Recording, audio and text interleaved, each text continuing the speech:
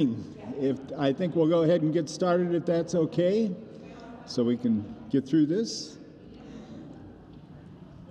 We do have hard copies of the policy statements all printed. We have about 20 copies. If you did not get one, I think Mary's got a few. She'd be glad to share with you.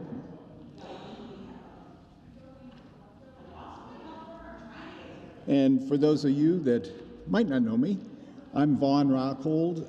I'm here today as chairman of the Finance Committee, and I'm going to sort of highlight these policy procedures for you. But I also wanted to just call on a few other people that have been deeply involved in this process and recognize their efforts and their committee's efforts.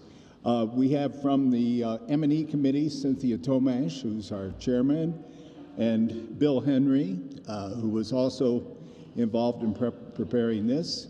And then from the Finance Committee, we have Cheryl Subgenix and Michelle Mano. And all of these people would be available for questions, and please feel free to make any comments if I miss information that you think is important in this process. It was a busy year for all those involved in the financial management of Olmsted Community Church. Last week, we reviewed as a congregation the statement of fact. Next week, we're going to present a ministry plan and a 2024 budget. And this week, we're going to highlight three important financial policy statements that will help govern our financial management programs going forward. If you go back to the 2022 annual meeting, we outlined a finance committee structure that was launched in 2021. As part of our forward-thinking new structure, we employed the services of a consulting group called Generosity Plus, and we've had visits from Generosity Plus in the congregation, and also they work closely with the various committees involved in managing the finances, and to help us add organizational structure, best practices, and to make sure that we're preparing and presenting information in as transparent and clear a manner as possible. As part of that, they ask us to help to, first of all, split the memorial and the endowment funds, because they truly are two separate and unique parts of the congregation. So that is a part of this plan that we're presenting today. And they also suggested that we needed policy statements for important financial management areas to make sure that we had guidelines going forward, and that provides a script on how we conduct a number of issues regarding finance, gifting, receiving, and even rejecting gifts for the congregation. So that's sort of what we're coming up with today, is presenting these policy statements in the areas of gifts, for the memorial fund, and for the what is being called endowment fund, but will be going forward known as the permanent fund. These three documents are being submitted for congregational approval, and all are major components of our future plans. And in case you do have any questions, I would be happy to answer them to the best of my ability, but certainly any member of the Finance Committee or the Memorial and Endowments Committee would be happy to make sure you get an answer to your questions as well. I'd like to start with the gifts policy, if we could. The gifts policy is really established to protect and serve the long-term interest of the congregation. This may be testamentary gifts, which are gifts left through a financial instrument or legal document, such as a will. It also includes financial instruments and other material goods donated to the congregation with or without special designation or instructions. The Finance Committee shall have oversight of the gift policy, and three primary areas of responsibility are the receiving, the refusing, and the retiring of gifts. This policy establishes general practices for the committee to operate under. It establishes policies for receiving of gifts. It establishes a classification of living legacy gifts, meaning large material gifts given while the donor is living, with the intent to leave a lasting legacy that is beneficial both to the mission of the congregation and the stewardship of creation. This could be Ed's very generous donation of the solar panels over the last couple of years. That's a perfect example of a living legacy gift to the church. It also set up the procedures for retiring a gift, because many times gifts are very timely, fit a particular need of the church, are easy to recognize by the church, but they do have a life cycle to them. And it's important that we have the ability at the discretion of the church to retire those gifts that have completed their life cycle of usefulness. And it's also setting up methodology for recording gifts to make sure that the church will acknowledge in an appropriate expression of gratitude on behalf of the congregation the receipt of gifts and what we do for maintaining and viewing those gifts by the congregation. So those are sort of the highlights of the gift policy, but it's important to have all of these things in place to govern the acceptance of gifts for OCC. The next document is the Memorial Fund document. And the Memorial Fund of Olmsted Community Church offers family members and friends a tangible way to glorify God and honor the memory of a loved one. While most memorial gifts are received soon after death, contributions can be made at other times, such as Mother's Day, Father's Day, birthdays, Christmas, etc. And these are important because many people want to honor their loved ones that have been active members in the church and remember them going forward. And you will see in a lot of obituaries where, in lieu of flowers, please make a donation to. And we want to encourage that those be made to Olmsted Community Church.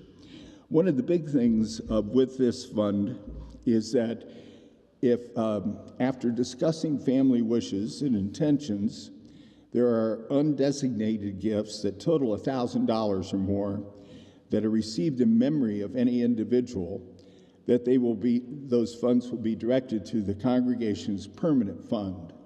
And so any donations received to honor someone in passing, and it's seemingly shouldn't be that difficult to get over $1,000 because flowers today, if you've ordered any for people and associates, floral decorations are usually in excess of $100 today.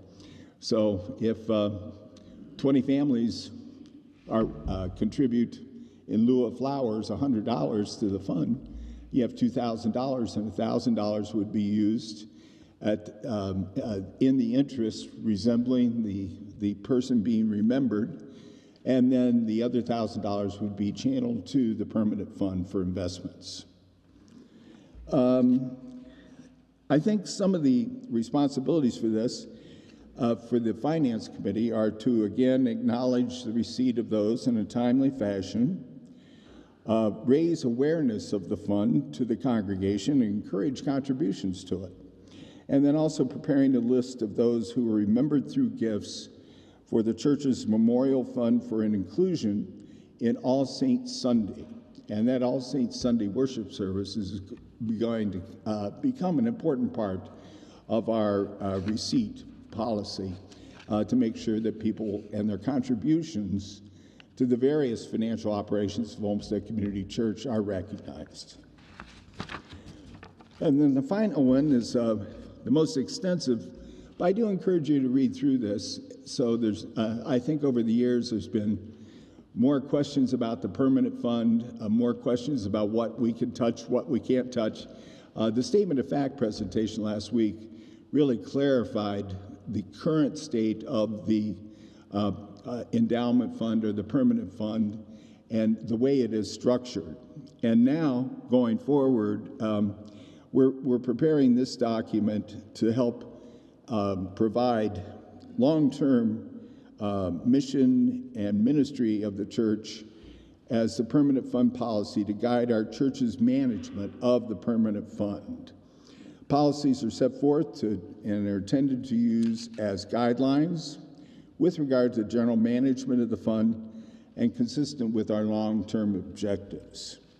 The OCC Memorial Endowment Committee is going to be transitioned to a new committee called the Legacy Committee, and it will act in a fiduciary capacity as the investment steward for the overall management of the permanent fund. The committee is accountable to the governing body, and the committee is made up of church members who perform duties and are elected for 3-year terms. It does incorporate the gift acceptance policy, and the committee will work with all parties to accept all gifts, although they do maintain the right to reject a gift that is deemed not to be in the long-term best interest of the congregation. Some of these elements can include donor-specified purpose, gifts of stocks, bonds, or financial instruments, and gifts of real estate or liquid assets. I've often told Pastor Stephen, my home church in rural Northwest Ohio has really maintained viability over the last probably 30 years because a family donated a 100-acre farm to the church, and the church then rents out the land and shares in the proceeds of the crops that are produced on the land. And that has provided funding through some very difficult times, and its membership has really ebbed and flowed in the church and really provided stable financial footing for that congregation. There are things like that happen, but that would have to be analyzed pretty carefully. What would the impact be of accepting real estate be on our church, our fund, and its endowments? It also provides an investment policy, and the big thing is to hire professional management for the fund. And with the professional management, it is to be, of course, reviewed on a consistent basis, but it also provides that no longer than 3 years, it will undergo a thorough review and make sure they are still the best choice to be providers of financial management services for OCC. We have return objectives. Socially responsible investing is a big part of our new policy because we want to align with corporations and businesses and make investments in companies that are what we call socially responsible. In other words, we would not want to invest heavily in Smith & Wesson, just as an example. No political involvement intended, but they manufacture weapons and they manufacture ammunition, and that does not socially align with the responsibility that we feel as Christians at Olmsted Community Church. This whole, then we add a lot of details about the manager selection, manager reports, manager review, and then the spending policy is an important element of this. The goal of the fund is to make periodic distributions in accordance with the capital requirements of the church. In other words, we are setting up that we will make routine withdrawals from the permanent fund, and it will not be from the part that cannot be touched, as people like to say. That's sort of the common language on it. We now know what portion of the fund that is, so now we have a good understanding of it. It will be set up in guidelines that are provided by the state for nonprofit corporations that have funding available to them under this. The normal withdrawal would be a rotating 5-year average, and we would withdraw 3 to 5% of that average on an annual basis. But it's also important to note, if we have a year where we can't meet all of our requirements, that becomes our reserve fund. And that is where we have to go to retrieve money to make sure that we are in trust as a business, a corporation that operates as a nonprofit within the state. So those are important things. That's just a part of the process, and those things are outlined in this policy statement. So I don't know if anybody would like to add to my comments, or if there's any questions that you have right at this point. But I'd be glad to try to provide answers where I can. Okay. Not missing anybody, I guess. Okay. Boy, Bruce, I thought you'd hang me out to dry here, isn't it?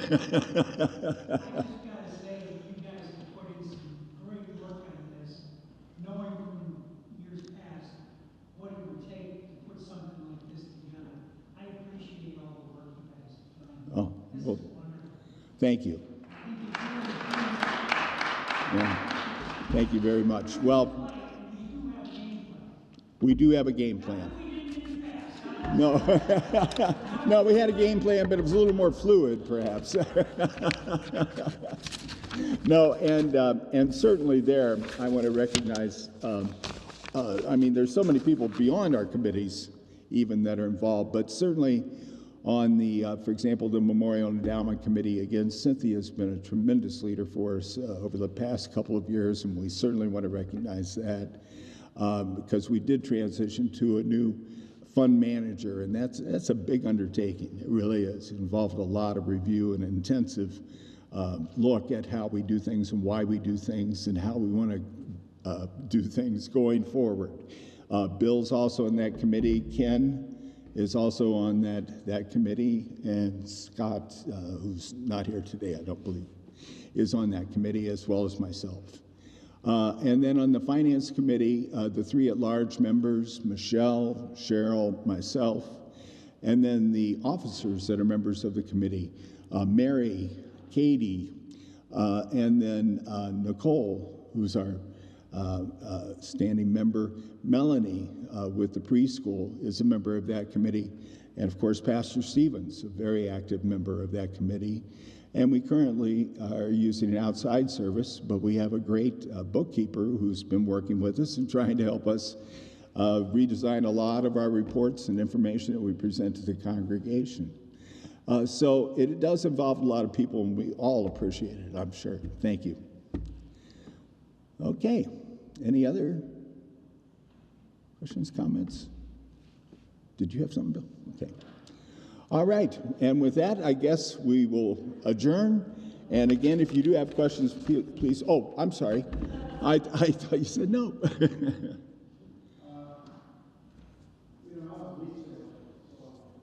Being on this committee has been a journey for me. I'm not a financial guy per se, but been going through this process for 2 years now. I really feel that we're setting the church in such a way where when people want to give large gifts, that in the past they might say, I'm not sure if they're going to manage our money correctly or not. They might. I think what we're trying to do, best we can, is get it so you can say, this is where I need to spend some of my legacy money. This is where it's going to do good work. We have a fellow with United Church Funds, a fellow by the name of Matt Wagner, and I'm guessing sometime within this next year he'll be invited to talk about how United Church Funds manages our money. And I encourage you to come and see him talk because you'll feel even better. Thank you. That's all I have. Thank you. And I encourage everyone to come back next Sunday after worship, where Mary and Katie will present the 2024 ministry plan and a budget that includes a budget for spending for 2024. And with that, thank you very much for attending today. And again, if you do have questions that come up as you have more time with these documents, please feel free to let us know and we will get you an answer. Thank you.